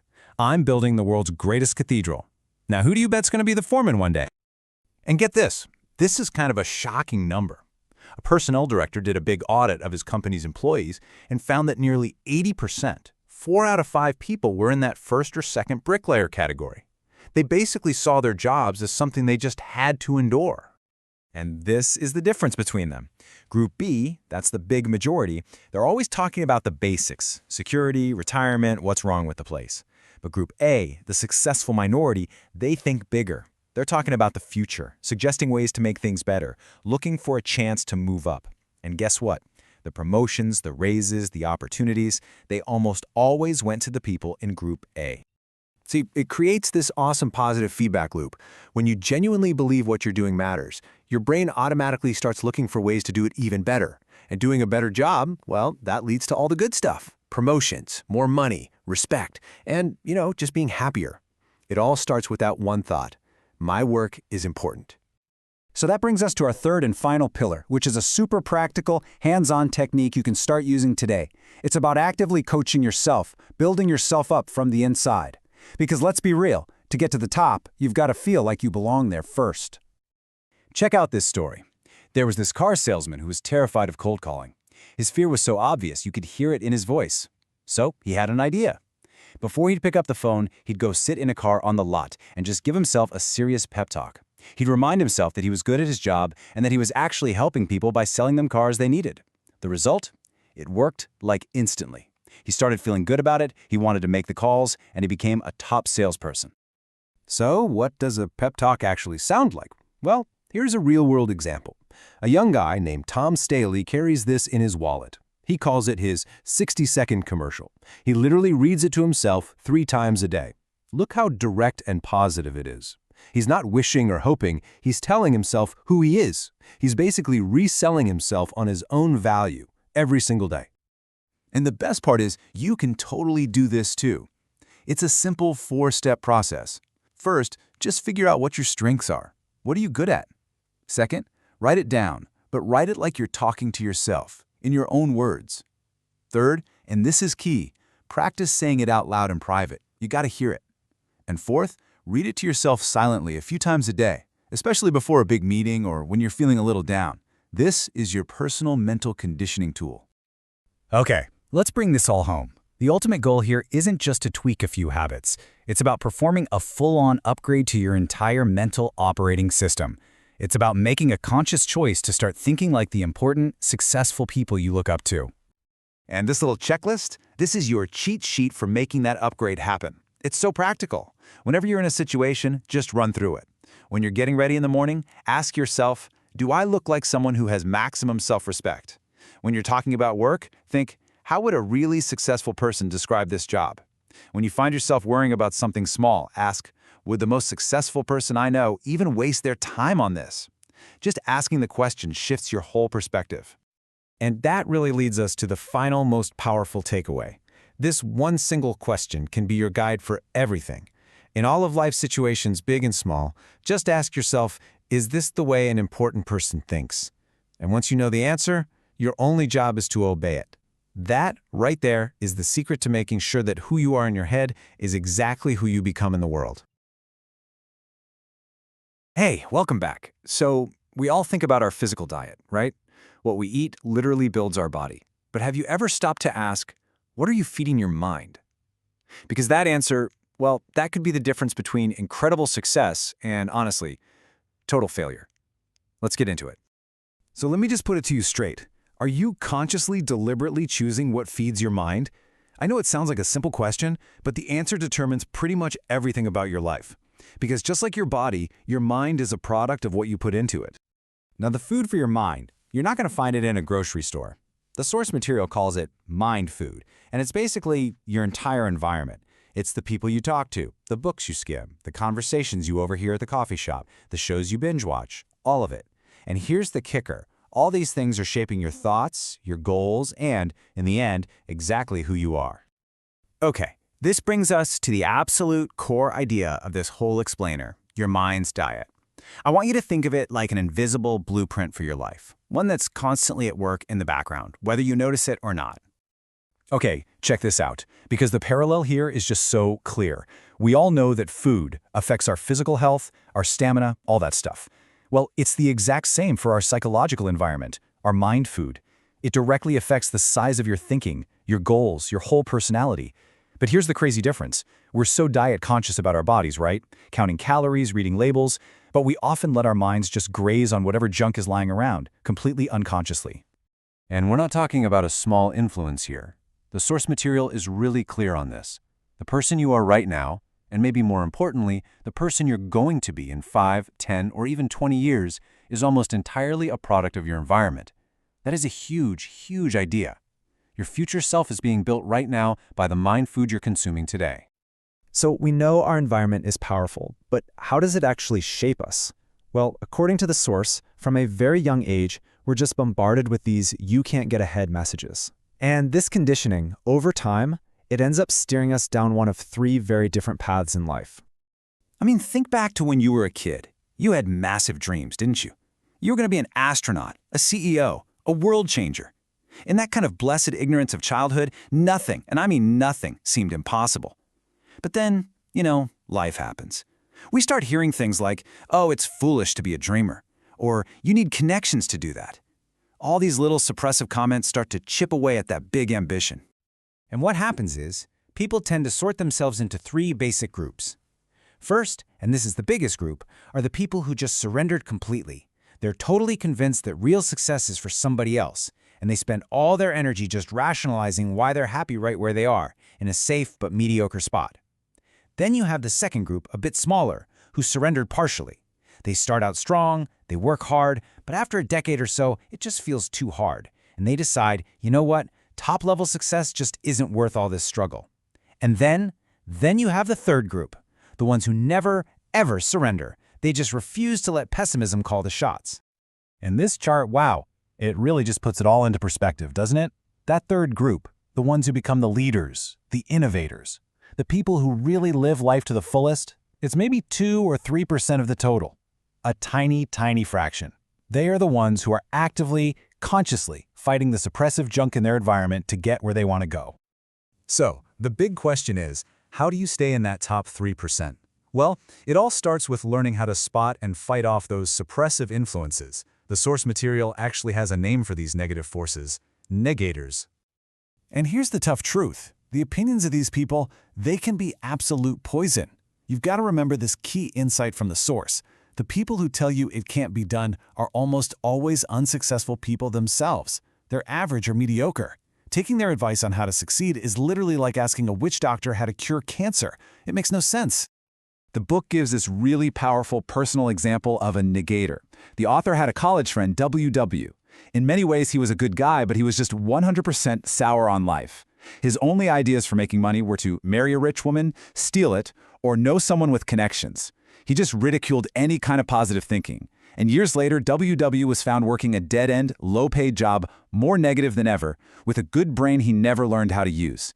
He was, in every sense, a voice of failure. This kind of negativity often shows up in a really specific form, something the book calls thought poison. You and I, we just know it as gossip. See, unlike body poison, it's subtle. The person being poisoned usually has no idea it's even happening. It works by making us focus on petty, small, unimportant things. It totally warps our thinking about other people and is, by its very definition, 100% wrong thinking. Okay, let's make this real for a second. The source gives a quick self-test to see how vulnerable you might be to this thought poison. And I want you to be really, truly honest with yourself here. First question, do I spread rumors about other people? Second question, think about this. Do you kind of like hearing reports of a scandal? Do you feel that little jolt of excitement when you hear some juicy gossip about someone? And last one, how often do you start a story with that classic phrase, don't tell anybody, but? The right answers here are pretty obvious, right? But it's a really powerful way to do a quick gut check on the quality of your own conversations and your mind food. Okay, so we've identified the problem, right? The suppressive forces, the negators, the thought poison, the whole shebang. So now, how do we actually build a better environment? Let's start with what happens when you're not at work. I love this story from the book about two co-workers, John and Milton. John's weekends are planned and refreshing. He hangs out with interesting friends, he works on community projects, he visits museums, he builds a patio in his backyard. He gets what the book calls psychological sunshine. Milton's weekends, the exact opposite. Totally unplanned and boring. He sleeps late, watches a ton of TV, and ends up with cabin fever. He gets zero psychological sunshine. And here is the result. It's so vivid. John comes into work on Monday morning feeling refreshed, buzzing with new ideas, his thinking totally tuned up. He's like an athlete being fed steak. Milton, on the other hand, comes in psychologically starved. His thinking is all foggy. He's like an athlete being fed candy and beer. And over time, you can imagine, a massive gap in performance and success opens up between them, all because of what they did on the weekend. So how do we make sure we're more like John and less like Milton? Well, this brings us to our final, big, overarching principle from the source material. It's a simple rule, but it is so powerful. Go first class. Going first class has to start with your social circle. Don't just stick with the same small group of friends. Circulate. Join new clubs and organizations. Deliberately choose friends who have different points of view and who are interested in big, positive ideas, not petty gossip. And please, when you need advice, seek it out from successful people. Your future is way too important to risk on freelance advisors who are, themselves, living failures. And this go first class rule, it applies to everything you buy and do. The source is just packed with these relatable examples of being penny wise and pound foolish. You know, buying the cheap suit that just looks terrible and falls apart, getting the bargain car repair that fails a week later, eating at the greasy spoon to save a couple of bucks but feeling awful afterward. These second-class choices, they always cost you more in the long run. So the crucial point is this. Next time you hear yourself say, "Oh, I can't afford to go first class," the real answer is you cannot afford to go any other way. Seriously, developing an instinct for quality pays off big time. It often costs no more and sometimes even less than going second class. It's a mindset that applies to your friends, your food, your clothes, and most importantly, your thinking. And that leaves us with one final thought. Take a hard look at your own life, your own environment right now. What is one second-class thing? Maybe it's a habit, a relationship, a daily choice that you will commit to upgrading starting this week. Because the magic of big thinking all starts with managing your environment. So go first class. Today, we are diving deep into Chapter 8 of David J. Schwartz's absolute classic, The Magic of Thinking Big. We're going to uncover how your internal attitudes can literally become your greatest allies in getting what you want out of life. It's such a simple idea, but wow, the results are powerful. Let's get right into it. So let me just start by asking you a question. Can you read minds? Now I know, it sounds like something out of a comic book, right? But the book argues that actually, yeah, you can. In fact, it's something you do all the time, every single day. And you probably don't even realize it. And the answer is a resounding yes. It's a skill Schwartz calls attitude appraisal. Just think about it for a second. You don't need words to know when someone's in love or totally bored with their job or that they genuinely like you. We are constantly broadcasting our inner thoughts through this silent language of expressions and tone. You know, a secretary can say, "Good morning, Mr. Shoemaker's office," and in just those 5 words, you can hear either, "I'm so glad you called, I love my job," or, "Ugh, you're bothering me, just go away." The words, they're identical, but the attitude, that changes absolutely everything. And that right there, that's the whole idea in a nutshell. Our attitudes are just direct reflections of what's going on in our minds. They're these visible, audible signals that pretty much everyone around us can pick up on. You just can't hide a bad attitude, and you definitely can't fake a good one for very long. Your true self will always, always show through. So, here's our game plan. First, we'll look at why your attitude is basically always on display. Then, we're going to dig into 2 huge attitudes for success, being activated and making others feel important. We'll talk about practical ways to do this, and then wrap up by showing you how to turn your attitude into your most powerful ally. All right, let's jump into our first section. The book quotes this leadership expert, Erwin H. Schell, who calls attitude the linkage factor. It's like the catalyst that decides whether we succeed or fail. When our attitude is right, our abilities, our skills, they reach their absolute maximum potential. It really is the secret ingredient. So the book lays out 3 key attitudes to cultivate. As you can see, they are I'm activated, you are important, and service first. Now, all 3 are super important, but for today, we're really going to zoom in on the first 2. They really are the foundation for changing how you interact with, well, everyone. So let's explore this first one. I'm activated. The idea here is so simple, but it's incredibly profound. To get other people fired up and enthusiastic, you have to be enthusiastic first. You just can't transmit a feeling that you don't actually have yourself. It has to be real. Now, check out this contrast. It's a perfect illustration. On one hand, you've got this American history professor. Smart guy, knew his stuff, but was just pathetically dull. He'd drone on, listing dead facts, and you could tell he was bored out of his mind. So guess what? His students were bored too. They'd talk, they literally sleep in class. He even had assistants walking the aisles to wake people up. But on the other hand, you have the captain of a Red Cross fundraising drive. This guy was genuinely, deeply passionate about the cause. He didn't just ask for money, he told stories, he radiated this authentic enthusiasm. And the results of all that genuine enthusiasm? A staggering 1,100% increase in donations from the exact same group of employees who had given so little the year before when the fundraiser was, you guessed it, uninspired. That right there is the measurable, incredible power of being activated. So the big question is, how do we get it? Well, the book gives us this fantastic 3-step toolkit. First, you've got to dig into it deeper. Second, you have to life it up. And third, you need to be a broadcaster of good news. Let's break these down one by one. Okay, step 1 is all about curiosity.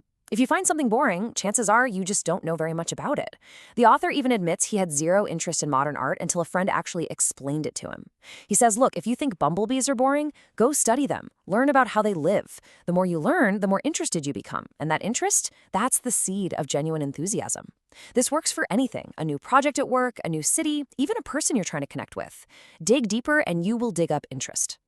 The second step is all about your physical and verbal energy. See, enthusiasm isn't just a quiet feeling, it's an active expression. You gotta life it up. So when you shake someone's hand, really shake it. Make it say, I am genuinely glad to meet you. When you smile, smile with your whole face, with your eyes. Let some teeth show. People don't see your teeth, they see a warm, enthusiastic person. And the same goes for your words. Don't let your thank you sound like gleep gleep. Make it mean thank you so much. You have to put real vitality into everything you do and say. And the third step is to become a broadcaster of good news. I mean, think about it. When someone bursts into a room and says, "Hey, I've got good news," they get 100% of the attention, right? Good news just makes people feel better. It builds enthusiasm. Bad news, it just spreads misery and accomplishes nothing. So make it a habit. Tell your family the good things that happened at work. Tell your coworkers about the team's wins. Be that person who just feels great. Because let's be honest, people want to be around alive, enthusiastic people. All right, this brings us to our second huge attitude. And honestly, this might be one of the most powerful tools you can ever have. Growing the attitude that you are important. And this isn't about being fake or using flattery. It's about tapping into a really fundamental human truth. This quote just nails it. It gets right to the core of what makes people tick. Every single person we meet, our neighbors, our boss, our partner, has this deep, driving need to feel like they matter, to feel like they are somebody. And the book argues that if you can satisfy that hunger in other people, you've found a cornerstone of success. Let me tell you a story that just perfectly illustrates this. The author talks about riding this bus in Detroit with a notoriously grumpy driver. This guy would literally pull away from the curb just as people were running to catch the bus. But after a while, he noticed the driver would always wait for one specific passenger. So why? What was so special about this one guy? Well, that one passenger made the driver feel important. Every morning, he'd greet him with a sincere, "Good morning, sir." He'd say things like, "Wow, you sure have a lot of responsibility," or "It must take nerves of steel to drive in this traffic." He made that bus driver feel as important as a jet pilot, and in return, the driver treated him like a VIP. But here's the really cool part. There's a second massive benefit to this. When you make other people feel important, you actually make yourself feel important too. There's another story in the book about an elevator operator who just had this look of complete unimportance on her face. One day, the author noticed she'd had her hair done, so he gave her a sincere compliment using her name. The very next morning, for the first time ever, she greeted him with a big, warm, "Good morning, Dr. Schwartz." He made her feel important, and now she was paying it back by making him feel important. It's a total win-win. So we get the why. It's a huge deal. But now let's get into the how. How do we actually practically make other people feel important in our day-to-day lives? Well, the book gives us another simple 3-part toolkit. Number 1, practice appreciation. Number 2, call people by their name. And number 3, don't hog the glory. Invest it. First up is active appreciation. This means you have to consciously look for chances to show people you value them. Don't ever let anyone feel like you take them for granted. It can be as simple as a warm, sincere smile that just says, "I see you." Give honest, personal compliments. People absolutely thrive on praise, so don't wait for some huge accomplishment. Praise the little things. The way they handled a routine email, a smart idea they shared in a meeting, or just their consistent hard work. Make it a rule to let people know you appreciate them. Second, use people's names. It sounds so simple, but it gives everyone a little boost. And the details really matter here. Take that extra second to pronounce and spell their name correctly. Because if you mess it up, the message you're sending, whether you mean to or not, is, "I don't think you're important enough to get this right." And use titles when it's appropriate. Mr. Jones instead of just Jones. These little signs of respect make a huge difference. And finally, don't hog the glory. Invest it. The book tells this incredible story of 2 sales managers. The first manager took all the credit, saying, "I did this, my plan did that." And his team, the people who actually did the work, just sat there completely deflated. The second manager, she immediately gave all the credit to her team. She explained her success was all because of their amazing effort. She even had each one of them stand up as she praised them individually. You see, the first manager wasted the glory. The second one invested it, knowing it would pay her back with motivation and hard work for years. And all of this brings us to the final, most important point of this whole thing. Your attitudes, they are not these fixed personality traits that you're just stuck with. They are tools. They are choices. You have the power right now to choose the attitude of activation, of enthusiasm, of making others feel important. You can make these attitudes your greatest allies in absolutely everything you do. So I'll leave you with this one question to take with you. Think about your day ahead, the meetings, the phone calls, the conversations you're going to have. What conversation, just one, will you consciously decide to change with your attitude today? Thanks for watching. All right, welcome to the Explainer. So, let me ask you a question. What do you think is the single biggest thing holding you back from success? Well, according to the classic book, The Magic of Thinking Big, it's probably not what you think. Today, we are diving deep into Chapter 9 and a really powerful secret. The key is learning how to think right toward other people. Okay, so let's just start with the one big rule that everything else is built on. This idea is a total game changer. The only real hurdle between you and everything you want, it's not your talent, it's not your bank account, it's getting other people to support you. So what does this success hurdle actually look like? What does it mean in the real world? It's a concept that really forces us to rethink how we achieve anything in today's world. I mean, just think about it for a second. An executive needs her team to actually get behind the vision. A salesperson, well, he needs customers who want to buy. A politician needs voters, right? Maybe a long time ago you could command people to do things, but those days are over. People either support you because they want to or they just don't. You absolutely cannot force real cooperation. Okay, so if getting people to willingly support us is the absolute key, how in the world do we do that? Well, the answer is kind of simple, almost surprisingly so. It really just boils down to one thing: the likability factor. And this is just fascinating, right? When a committee gets together to decide who gets the promotion or who gets the job, the first thing they talk about is almost never raw skill. It's likability. The first questions are always, so is he a good guy to work with? Or, you think she'll fit in with the team? In the real world, being a good, personable human being often carries way more weight than just being technically brilliant.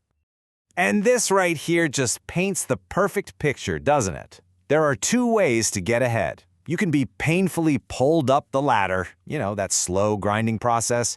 But honestly, who has time for that? The other way, the better way, is to be lifted up by people who actually know you and like you. Being likable literally makes you lighter to lift. Every single friend you make is giving you a boost, lifting you up another notch. The most successful people, they get this. They know it's not about luck, it's about being intentional. They don't just sit around hoping people will like them, they have a deliberate people plan. So how do we build one for ourselves? Now check this out. This is actually a piece of President Lyndon B. Johnson's personal 10-point plan for success. He knew that likability wasn't just some random trait, it was a skill you could build. He had a whole system for it, built on genuine interest, humility, and making real connections. But, and this is a huge but, there's a critical warning that comes with all of this. It has to be sincere. You just can't buy your way into someone's genuine support. I mean, sure, gifts can be a nice gesture, but without any real feeling behind them, people just see it as a cheap bribe.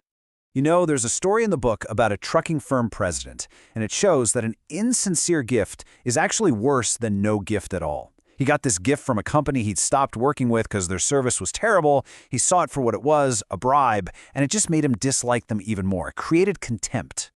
And here's something you can start doing right now. Take the initiative. Don't just stand in the corner waiting for people to come to you. Taking that first step to get to know someone, that is a sign of a true leader. Seriously, next time you're in a group of people, just watch. The person who's most active, making introductions, saying hello, that's usually the most important person in the room. Okay, so we've talked about what we do, but now let's get to the engine that drives all of it. Because at the end of the day, how you act toward people is just a reflection of how you think about them. So this is all about building a genuinely positive mindset. And Ted's story is such a perfect example of a common trap. I mean, this guy was brilliant, ambitious, great on paper, but he got so annoyed by little tiny flaws in other people, like someone's grammar or their taste in clothes. And that focus on imperfection was a huge roadblock to his own success. So the advice they gave him? It was so simple, but it changed everything. First, just accept that nobody's perfect, and that includes you. Second, remember that other people have a right to be different. And third, and this is a big one, stop trying to be a reformer. Just embrace a live and let live attitude. That was the key that totally unlocked a better outlook for him. Now, I love this next idea. It's a really powerful way to think about managing your thoughts. Picture your mind like a broadcasting station, and it's sending out signals on two channels, channel P for positive and channel N for negative. And just look at the difference here. The exact same thing happens. Your boss, Mr. Jacobs, gives you some feedback. But look at the two ways you can interpret it.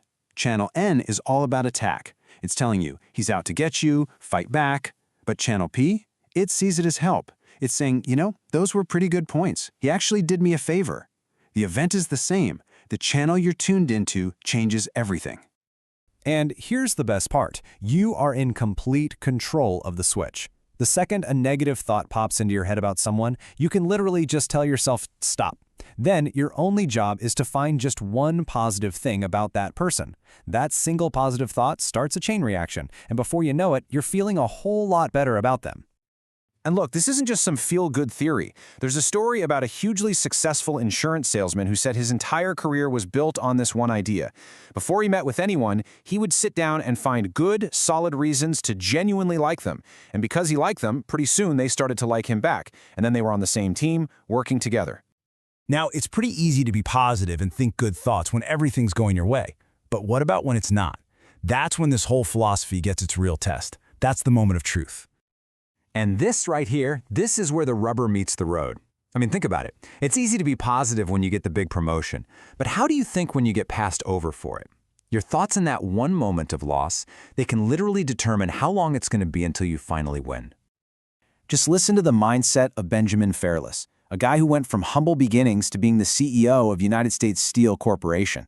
He said he never ever blamed office politics. Instead, he just reasoned it out. He figured, well, obviously the other guy deserved it more than I did.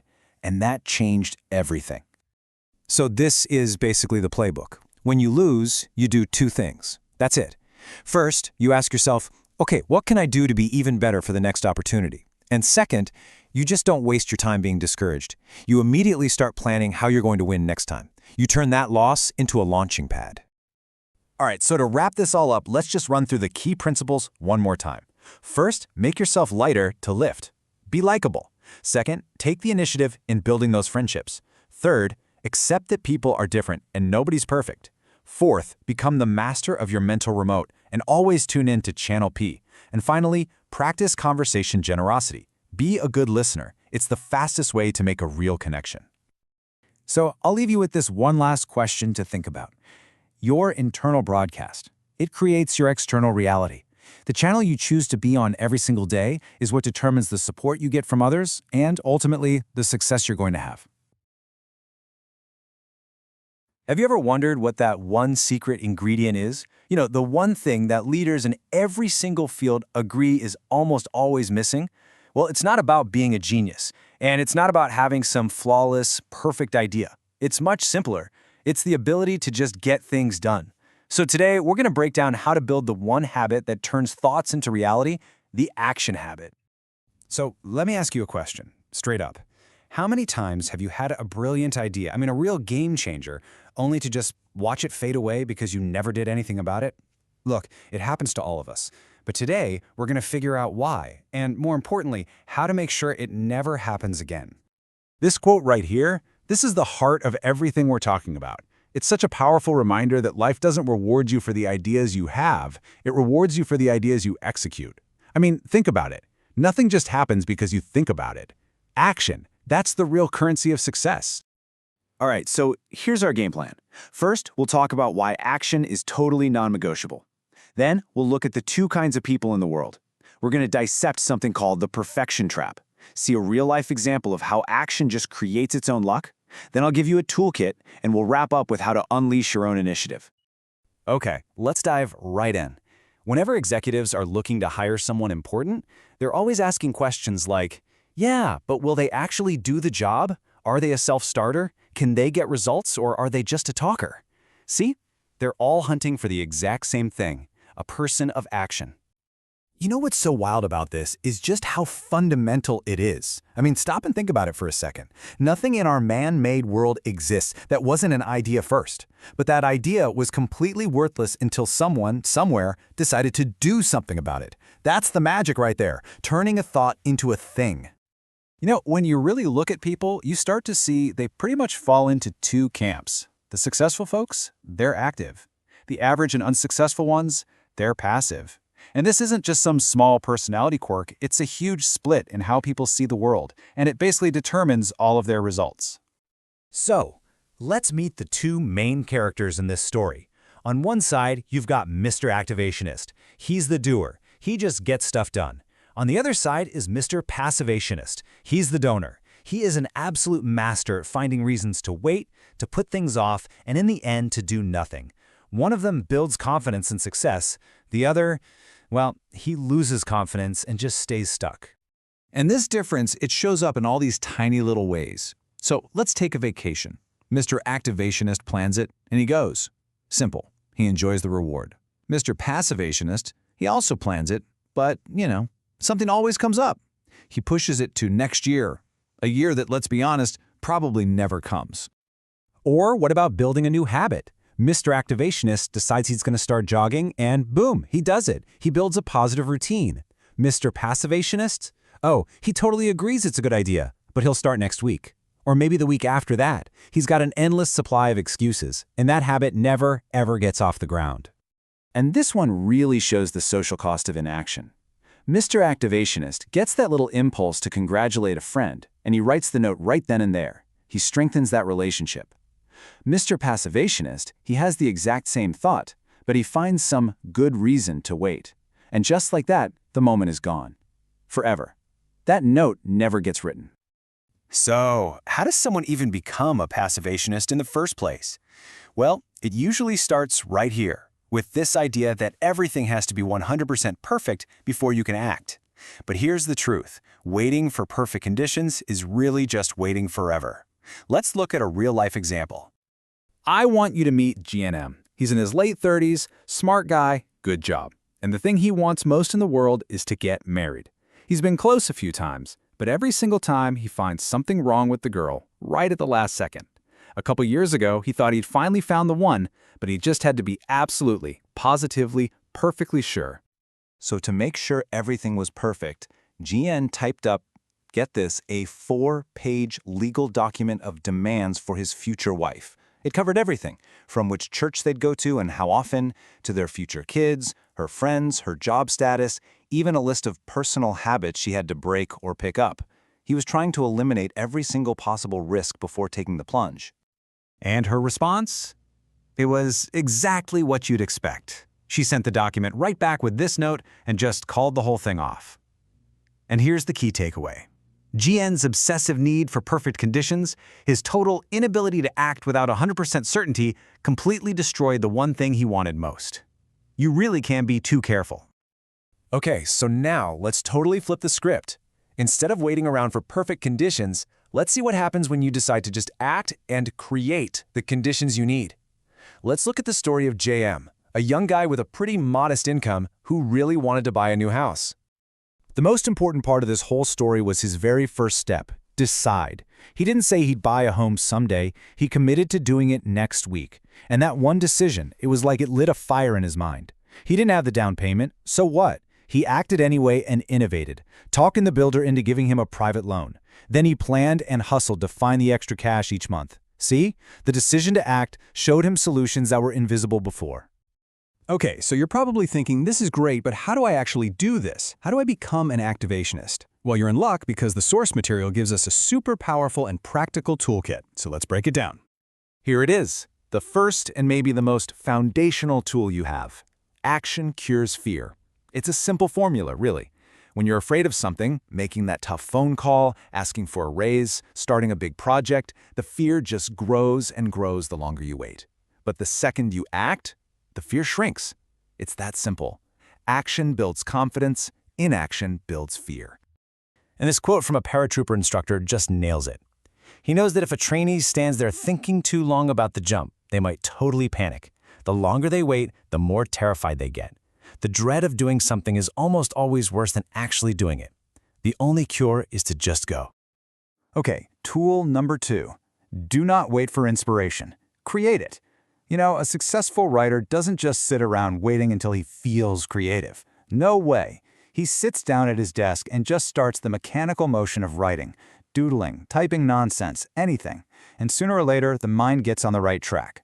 The only way to start is to, well, start. This one might be the simplest and most powerful tool in the whole toolkit. It's all about changing your vocabulary and your entire mindset, from one of delay to one of right now. There is a magic word for success, and I'm telling you that word is now. What's so amazing here is the contrast. The vocabulary of failure is all about some fuzzy, distant future. Someday I'll start saving. Later I'll write that thank you note. Tomorrow I'll make that call. You know what those words are? They're just fancy synonyms for never. The language of success is simple. I'll start now. I'll do it now. And finally, let's talk about initiative. Initiative is a special kind of action. It's about doing something worthwhile without being told to do it. It's about being the person who grabs the ball and runs with it, not the one sitting on the sidelines. People with initiative, they basically have a standing invitation to join the top earners in every single field. So let's end with one last thought for you to take with you. Thousands and thousands of people bury good ideas every single day just because they're too afraid to act. So ask yourself, right now, what great idea have you let die? What project is just sitting there waiting for you to simply decide and to start right now? Don't let it become another ghost in your mental graveyard. Act on it. Welcome to our explainer. Today, we're diving into the art of bouncing back.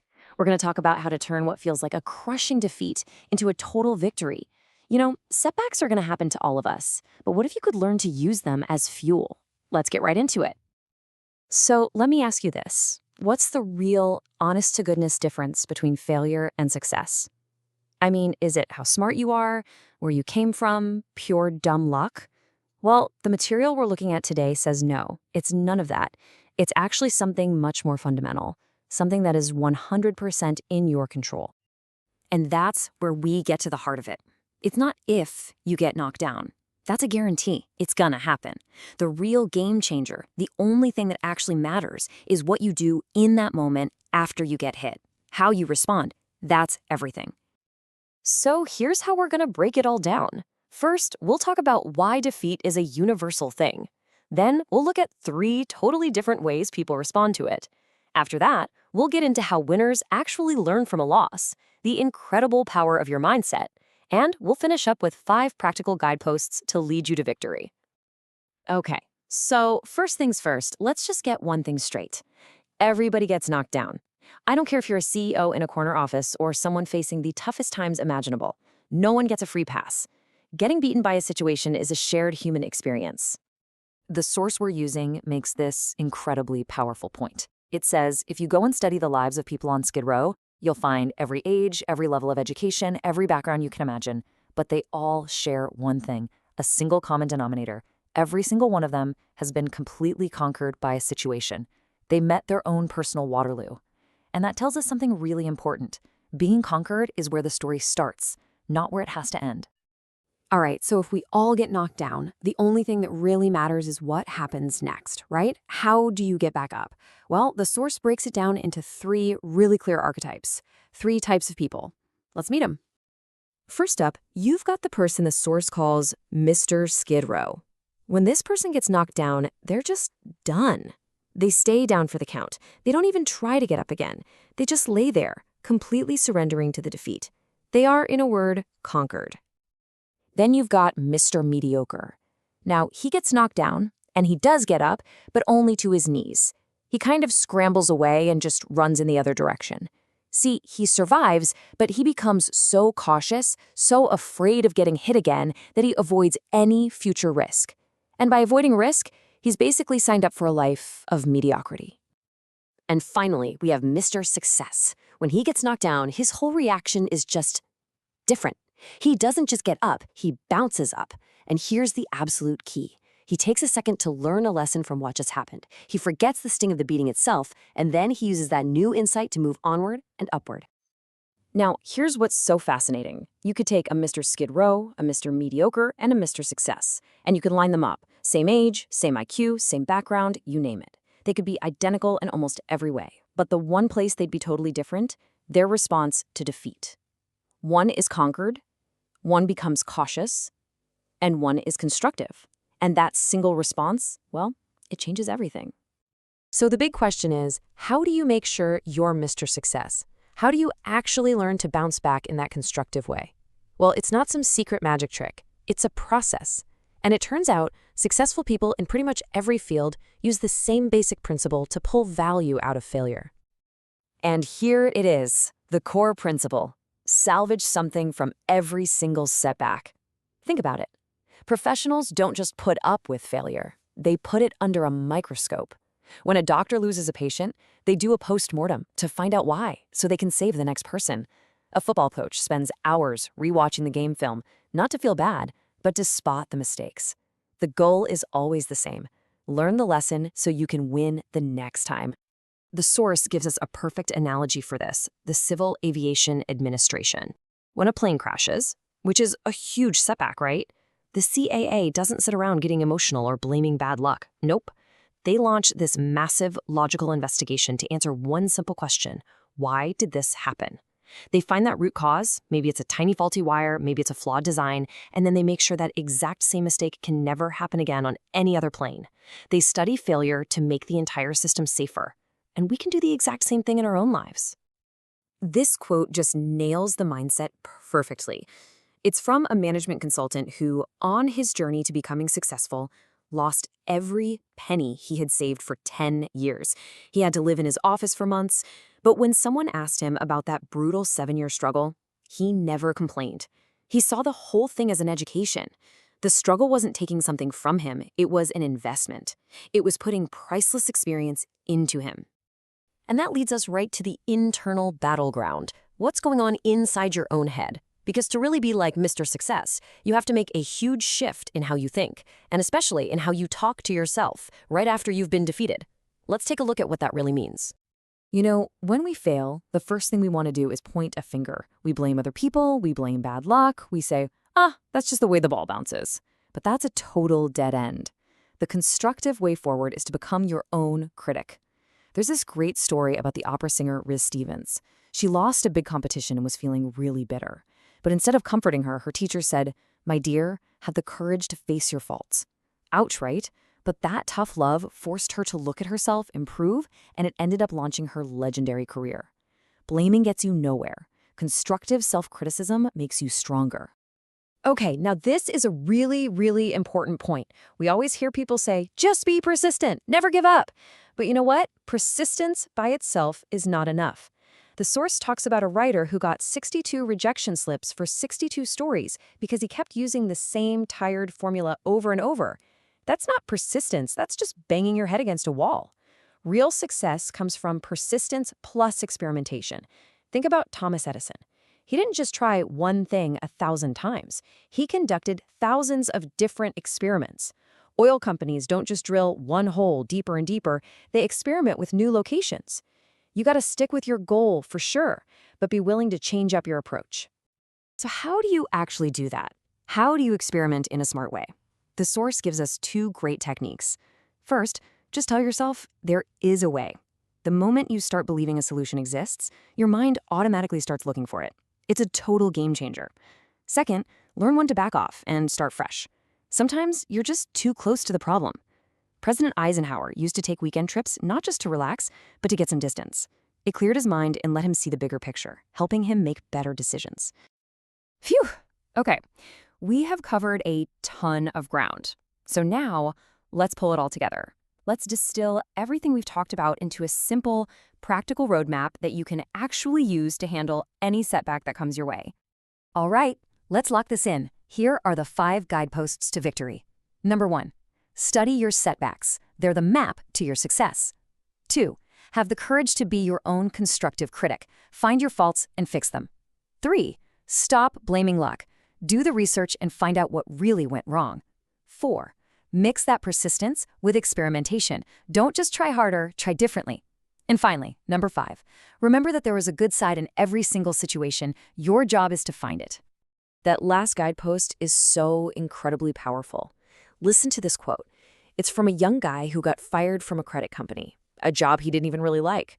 Of course, at first he felt awful, but then he decided, you know what?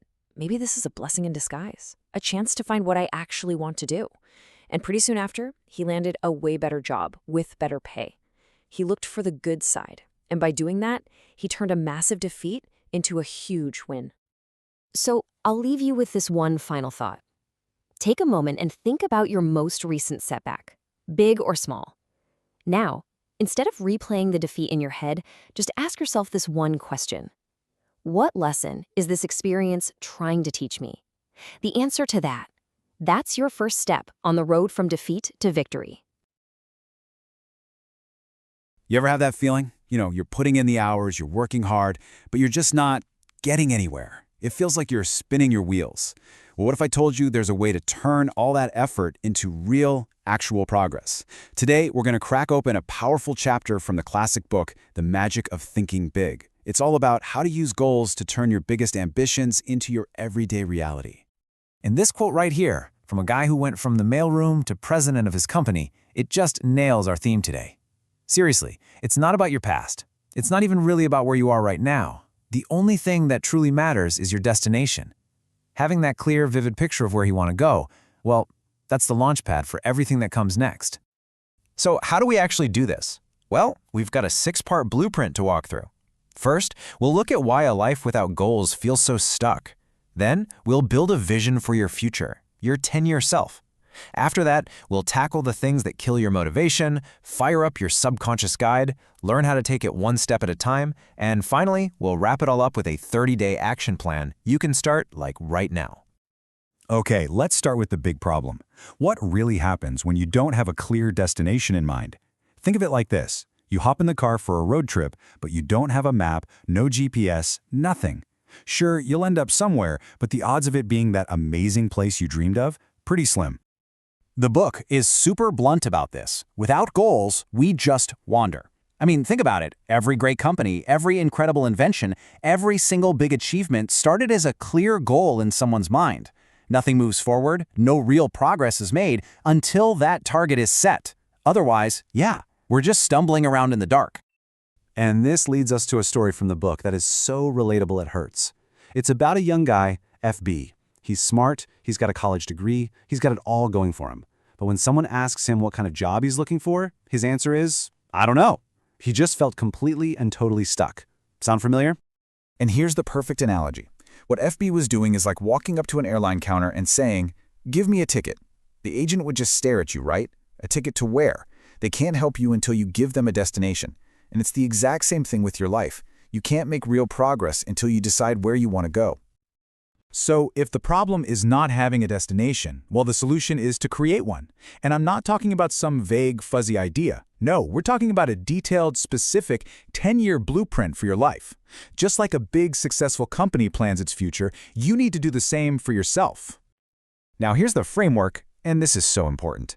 To make sure you're building a complete life and not just a career, we're going to break your vision down into 3 key areas: work, home, and social. This little trick ensures you're looking at the whole picture, creating a balanced and awesome future. First up, your career. This is where you get really, really precise. Don't just say a good job. Ask yourself the tough questions. What's the exact income level I want? What kind of responsibility do I want to have? How much authority? What do I want people to say about my work? The clearer that picture is, the more real it becomes. Next, we do the exact same thing for your home life. What standard of living are you really aiming for? I mean, picture the house you want to live in. Imagine the kinds of vacations you want to take. Visualize the future you want to provide for your family. Specifics are your superpower here, so don't be shy. And finally, your social life, which is really about your impact on the world around you. Who do you want to surround yourself with? What clubs or groups do you want to be a part of? Are there leadership roles you see for yourself? What causes do you want to pour your energy into? Answering these questions, that's how you complete the portrait of your future self. Okay, so now you have a destination. You've got the blueprint. But a blueprint is just paper without the energy to actually build the thing. On this journey, that energy is desire. It is the fuel in your engine. But here's the catch. That fuel can run low, or worse, it can get sabotaged. So we have to identify and then destroy the enemies of your desire. And please, do not underestimate how critical desire is. There was this huge study by the McKinsey Foundation. They asked top leaders from all over, business, science, you name it, what does it take to get to the top? And the answer that came back again and again was this: the #1 qualification is just the raw, pure desire to get ahead. It's not optional, it's everything. So what are these desire killers? The book calls them the weapons of success suicide, which is intense, right? But it's true. It's that little voice of self-depreciation saying, I can't do it. It's securityitis, clinging to that safe, boring job. It's worrying that the field is too crowded, or living out someone else's plan for your life. And it's using family as an excuse, saying, oh, it's just too late for me to change. These are the thoughts we have to go to war with. All right, so when you protect that desire and you really lock in on a goal, something kind of magical starts to happen. You actually activate this powerful guidance system that's already inside you. The book calls it your automatic instrumentation, basically an internal GPS that your subconscious mind uses to keep you heading in the right direction. So let's look at Tom and Jack to see how this plays out. Tom has a goal burned into his brain. He sees himself as a vice president in 10 years. And because that goal is so clear, his subconscious is constantly guiding him. It helps him pick the right suit, say the right thing in a meeting, read the right books. Every action has a purpose. Then you've got Jack. No goal. He's just drifting. He gets confused, he changes his mind, he just kind of guesses his way through life. He's on the fast track to mediocrity because that internal navigator is turned off. Okay, so we've got this big, grand 10-year vision, and we have this internal GPS. But let's be honest, staring at a goal that's 10 years away can feel totally overwhelming. So how do we actually get there without freaking out? The secret is to stop looking at the whole mountain and just focus on taking the very next step. It's all about winning the next mile. There's this incredible story in the book from a correspondent named Eric Savarade. During World War II, he and his team had to trek 140 miles through a dense jungle. The idea of the whole journey was just crushing. But, he said, they realized they could make it to the next ridge. They could get to that next village, and that's all they focused on. He used the same trick later in life to write a huge book. He didn't think about the whole book, just the next paragraph. You see, the big goal just takes care of itself. So how do you bring this next mile idea into your everyday life? With one simple, powerful question. This is your ultimate decision-making filter. Before you do anything, big or small, just stop and ask yourself, will this help take me where I want to go? If the answer is yes, you go for it. If it's no, you stop. This one question makes sure every single step you take is a step in the right direction. We've talked about the why and the what. Now, it's time for the how. It's time to put all this theory into practice.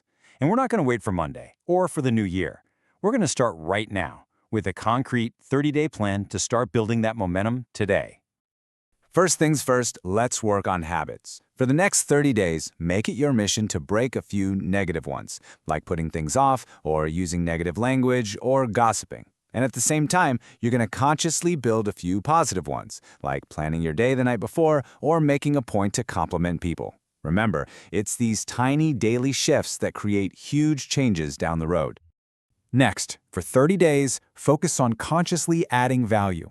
So at work, how can you do a little extra? Maybe learn more about the company or suggest a way to make things more efficient.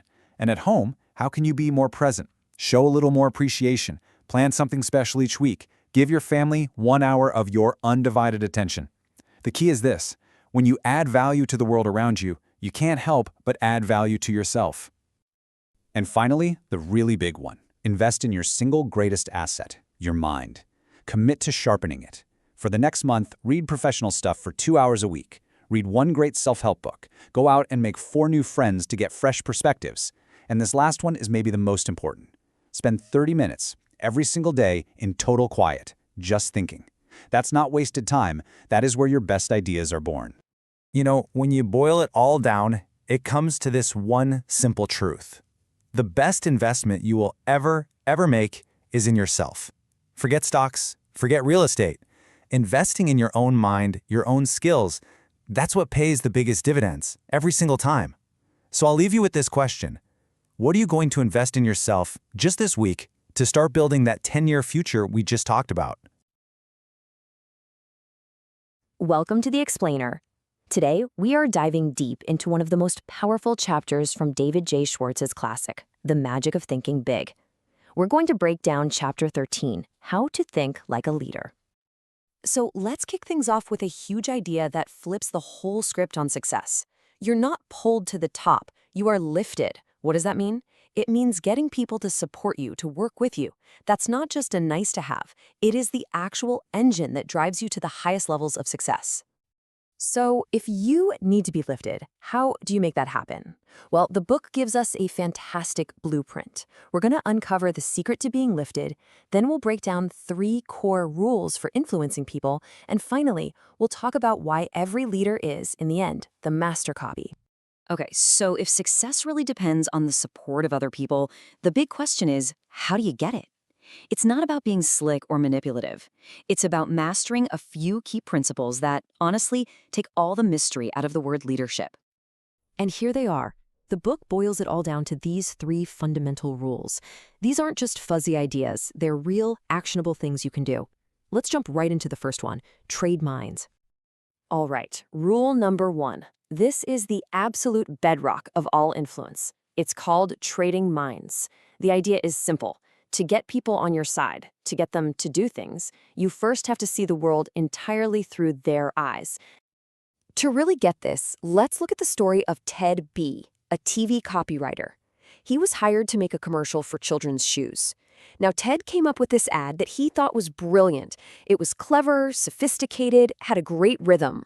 The only problem was, he was the only one who thought so. Well, the results came in and, wow, it was a total disaster.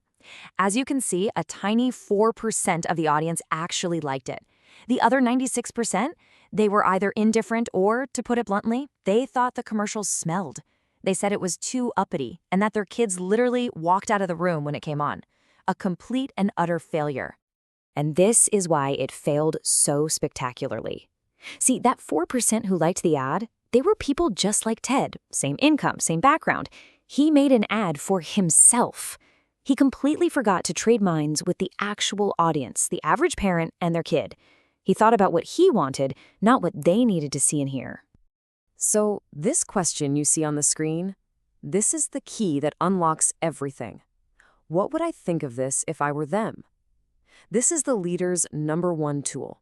Before you make a move, before you say a word, you have to put yourself in their shoes. Great leaders make this a constant, reflexive habit. Now, once you start seeing through other people's eyes, that leads you right into our second rule. It's all about asking yourself, what is the human way to handle this?